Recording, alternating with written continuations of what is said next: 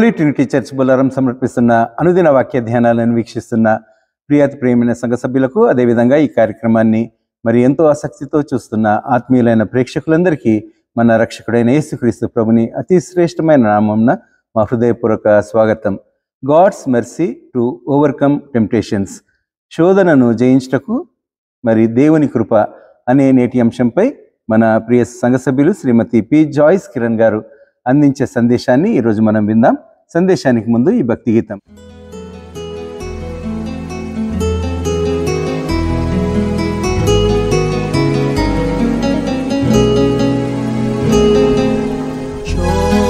శోధనకు మీరు చోటియకుడి,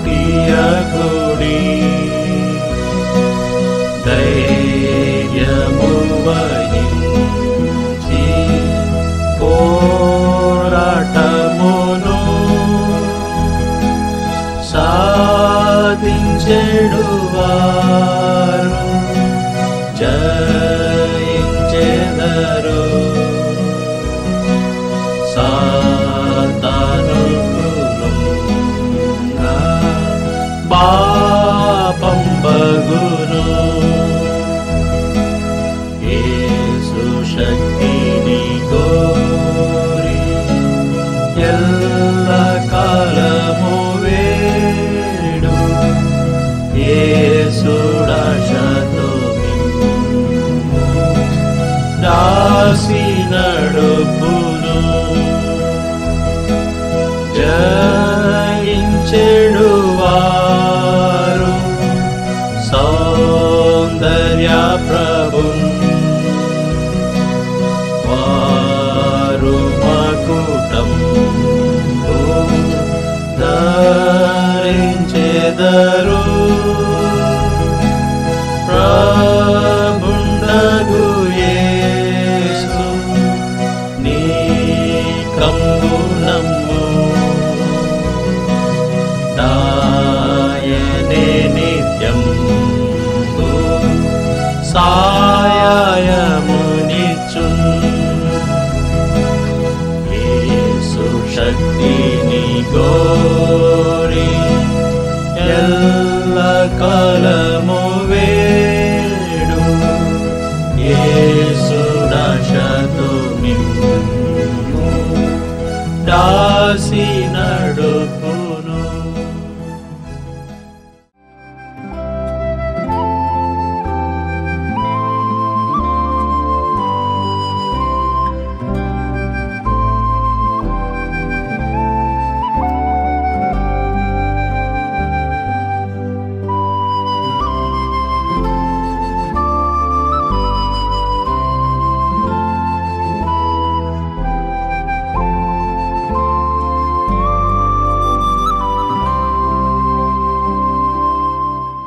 అనుదిన దైవ ధ్యానమునకు స్వాగతము. నజరేయుడైన యేసుక్రీస్తు నామములో మీ అందరికీ శుభములు తెలియజేయుచున్నానండి. ప్రార్థించుకుందాము. కృపా సత్య సంపూర్ణుడా యేసయ్య, మీ యొక్క ఘనమైన నామానికి స్తుతులు స్తోత్రం చెల్లించున్నాం ప్రభువా. తండ్రి, గతించిన రాత్రంతయు మమ్మల్ని క్షేమంగా కాపాడి ఉదయాన్నే మమ్మల్ని సజీవ లెక్కలో లేపి ప్రభువా, మరి మీ వాక్యాన్ని ధ్యానించుటకు మీరు చూపిన కృపను బట్టి అనేక వేల స్తుతులు నాయన. వాక్యం ధ్యానించుచుండగా మీ యొక్క జ్ఞానాన్ని మాకు అనుగ్రహించమని నజరేయుడైన యేసుక్రీస్తు నామంలో ప్రతిమాలు వేడుకొంచున్నాను ప్రభా, ఆమేన్. ఈరోజు మరి మనకు వచ్చే శోధనల గురించి, మరి వాటిని జయించుటకు మరి దేవుడు మనకు అనుగ్రహిస్తున్న కృపను బట్టి మరి ధ్యానించుకుందామండి. మొదటి కొరింథీయులకు రాసిన మొదటి పత్రిక 10వ అధ్యాయము 13వ వచనము చదువుకుందాము. కొరింథీయులకు రాసిన మొదటి పత్రిక 10వ అధ్యాయము 13వ వచనం చదువుకుందాము. సాధారణముగా మనుషులకు కలుగు శోధన తప్ప మరి ఏదియూ మీకు సంభవింపలేదు. దేవుడు నమ్మదగినవాడు, మీరు సహింపతగినంత కంటే ఎక్కువ ఆయన మిమ్మును శోధింపబడనీయడు. అంతేకాదు, సహింపగలుగుటకు ఆయన శోధనతో కూడా తప్పించుకుని మార్గంను కలుగజేయును. కాబట్టి నా ప్రియులారా, విగ్రహారాధనకు దూరముగా పారిపోండి.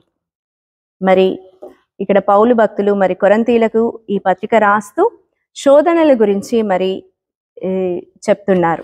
ఏంటి అనగా ప్రతిరోజు మనకు ఎన్నో శోధనలు, అనుదిన జీవితాల్లో చిన్న చిన్న శోధనలు, పెద్ద శోధనలు, ఏ చిన్న శోధన వచ్చినా కూడా భయపడిపోతాం.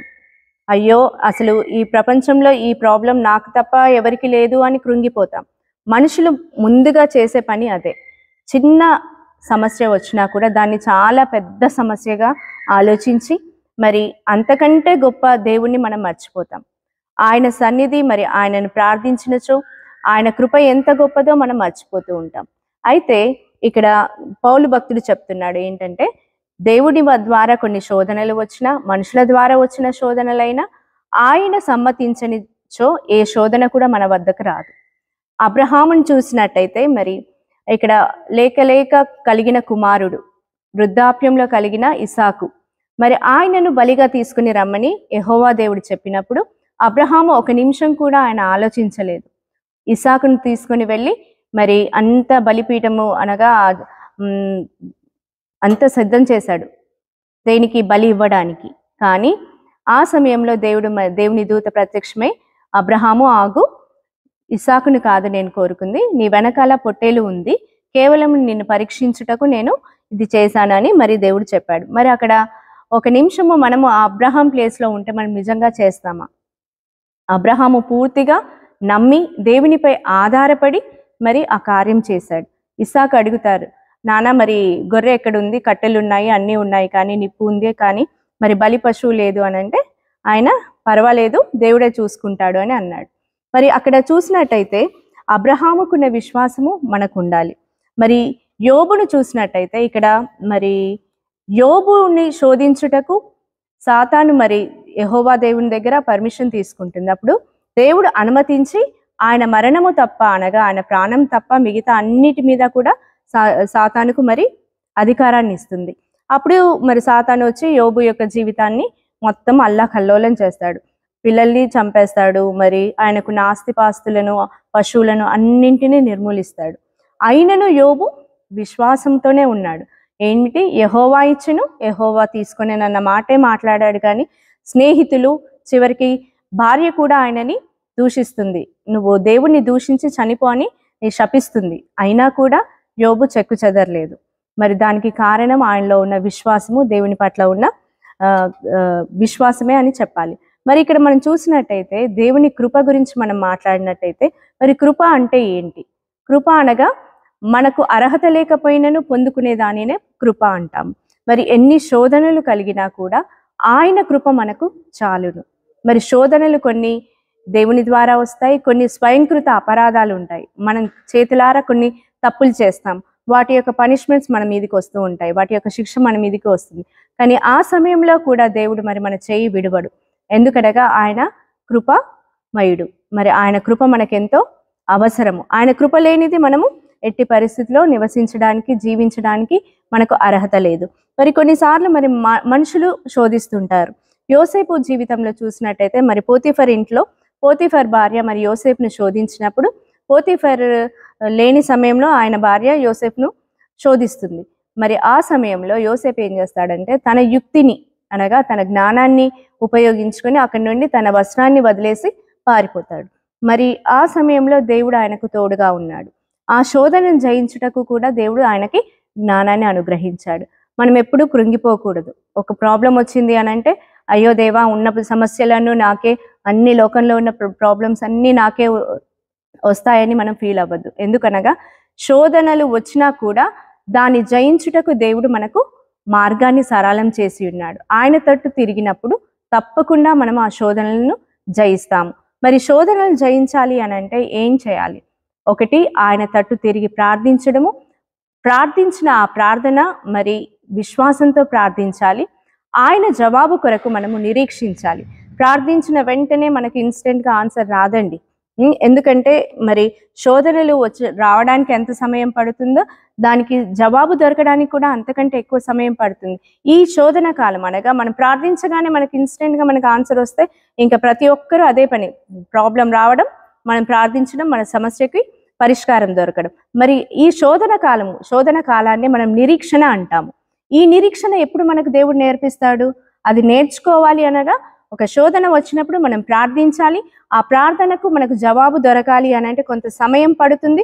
అది ఆలస్యమైనను సరి అయిన సమాధానాన్ని దేవుడు ఇస్తాడు. దీనినే మనం నిరీక్షణ అంటాము. మరి ఈ నిరీక్షణ ఎప్పుడు కూడా మనల్ని సిగ్గుపరచబడనీయదు. దేవుని యందు నిరీక్షణ వల్ల మనం ఏ రోజు కూడా మనము సిగ్గుపడము. మరి ఈ శోధనలు జయించుటకు మరి దేవుడు తన యొక్క కృపను మనకు అనుగ్రహించును గాక.